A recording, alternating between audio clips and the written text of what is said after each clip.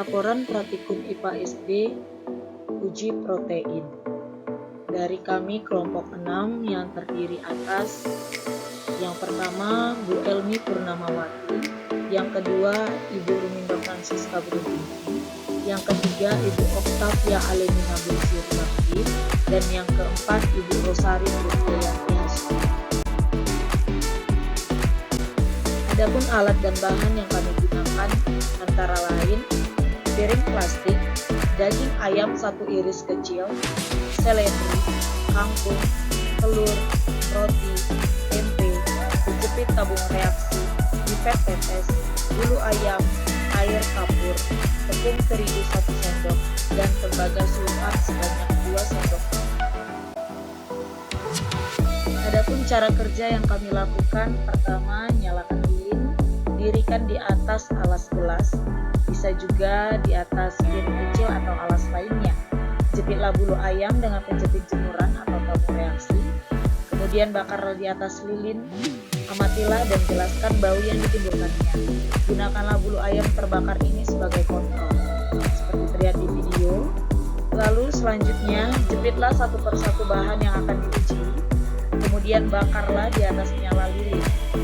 Pada video kedua, bahan yang dibakar oleh lilin adalah seledri, sedangkan bahan ketiga itu adalah kangkung. Bahan keempat itu adalah putih telur, seperti yang terlihat pada video. Lalu bahan kelima itu adalah roti. Lalu bahan yang keenam yang dibakar adalah tempe. Dan bahan terakhir yang dibakar adalah daging ayam. Setelah bahan-bahan tersebut dibakar, lalu amati bau yang ditimbulkannya.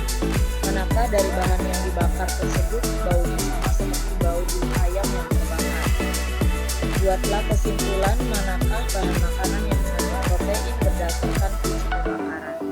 Menurut kelompok kami, kesimpulan bahan makan yang mengandung protein melalui uji pembakaran itu ada 4 bahan. Yang pertama itu adalah daging ayam, lalu yang kedua putih telur, yang ketiga tempe, dan yang keempat adalah seledri.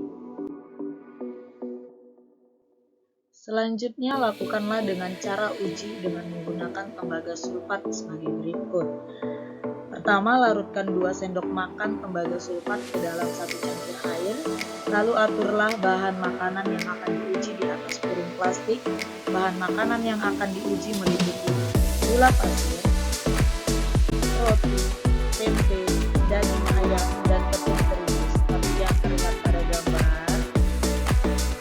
Siapkan pipet sebanyak 2 buah, berikan label, 1 untuk mengisap air dan yang lainnya untuk mengisap larutan tembaga sulfat.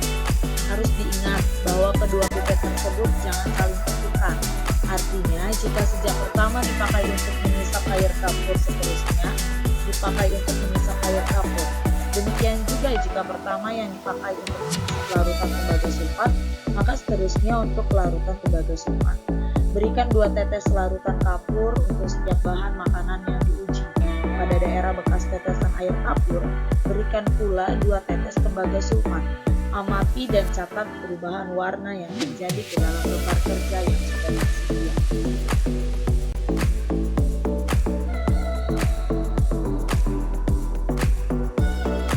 Berikut hasil pengamatan uji protein dari kelompok kami.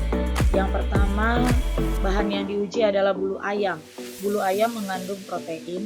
Seledri juga mengandung protein, namun tercium hanya sedikit aromanya. Lalu kangkung, dia tidak mengandung protein. Putih telur mengandung protein. Roti tidak mengandung protein. Tempe mengandung protein dan daging ayam mengandung protein. Maka dapat kami simpulkan dari percobaan pembakaran yang dilakukan bahwa bahan makanan yang dibakar menghasilkan bau busuk. Berarti makanan tersebut mengandung protein. Sedangkan yang tidak menghasilkan bau busuk berarti bahan makanan yang tidak mengandung protein. Bahan yang mengandung protein bisa diuji coba jika sudah ditetesi larutan kapur mengalami perubahan warna berwarna menjadi warna ungu. Namun, jika tidak mengalami perubahan, maka bahan tersebut tidak mengandung protein. Adapun bahan yang mengandung protein antara lain bulu ayam, seledri, putih telur, tempe, dan daging. Demikianlah laporan praktikum IPA SD kami mengenai uji coba protein. Semoga ilmu yang kami sharingkan itu dapat bermanfaat bagi kita semua. Di akhir kata kami ucapkan terima kasih.